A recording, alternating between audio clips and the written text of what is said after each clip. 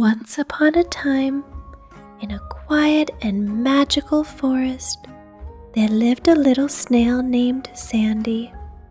Sandy was a soft, shiny snail with a shell that looked like a tiny golden spiral. Every day, Sandy slowly crawled along the green leaves and soft moss, exploring the forest floor. The forest was filled with tall trees, singing birds, colorful flowers, and tiny creatures all busy with their day. One sunny morning, as Sandy was gliding over a patch of dew-kissed grass, he noticed something he had never seen before: a bright red toadstool mushroom with white spots. The mushroom stood tall and proud, its cap glowing warmly in the sunlight. Sandy was curious and decided to say hello. "Hello there," said Sandy softly. "My name is Sandy. Who are you?" The toadstool smiled in its own quiet way and replied, "I am Tilly the toadstool. I grow here under this big oak tree, watching the sunrise and moonlight dance in the forest." Sandy was delighted. "Will you be my friend, Tilly?" Tilly's red cap seemed to brighten. "I'd love to be your friend, Sandy." From that day forward, Sandy and Tilly talked every morning. Sandy would tell stories about his slow travels and the tiny insects he met, while Tilly shared stories about the forest, the changing seasons, the sparkling dew at dawn, and the whispers of the wind. One afternoon, as they were chatting, a gentle rain began to fall. The drops made soft pitter-patter sounds on Tilly's cap and on the leaves around them. Sandy felt the wet grass beneath him and started to worry. "Oh no, Tilly," said Sandy nervously. "The rain might wash you away. You don't have legs to run like me. Are you afraid?"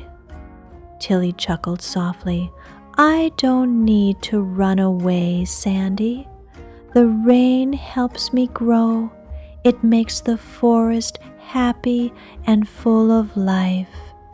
But you must be so small and fragile," Sandy said, inching closer. Tilly smiled gently. "Maybe I'm small, but I am strong in my own way. I help the forest by sharing my bright red colors and by giving shelter to tiny bugs when it rains. And besides," she added with a twinkle, "I have a little secret." Sandy's eyes grew wide. "A secret? What kind?" "Every toadstool in the forest has a bit of magic inside," Tilly whispered. "If you ever get tired or feel slow, resting under a toadstool's shade will make you feel ready for a new adventure." Sandy was surprised and pleased. "Really? That sounds wonderful." That night, when the moon rose high and the stars twinkled, Sandy decided to test Tilly's magic. He curled up next to her red cap and closed his eyes. The forest was quiet and peaceful. He dreamed of flying butterflies, shimmering lakes, and fields of glowing flowers. When morning came, Sandy felt refreshed and happier than ever. He looked up at Tilly and said, "You were right. Your magic helped me feel strong and joyful." Tilly beamed. "Friends help each other, Sandy. Together we make the forest a better place." Days passed and Sandy and Tilly's friendship grew. Sandy would take little rests under Tilly's cap during his adventures, and Tilly would bloom brightly with every drop of rain that came. They learned that even though they were very different, one slow and moving, the other still and rooted, they were both important and special. One day, the forest animals gathered to celebrate the arrival of spring. There were songs, dances, and laughter.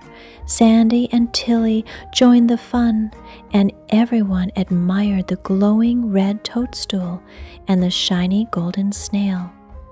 As the sun set and painted the sky with hues of pink and orange, Sandy said, "Thank you, Tilly, for being my friend and for sharing your magic with me."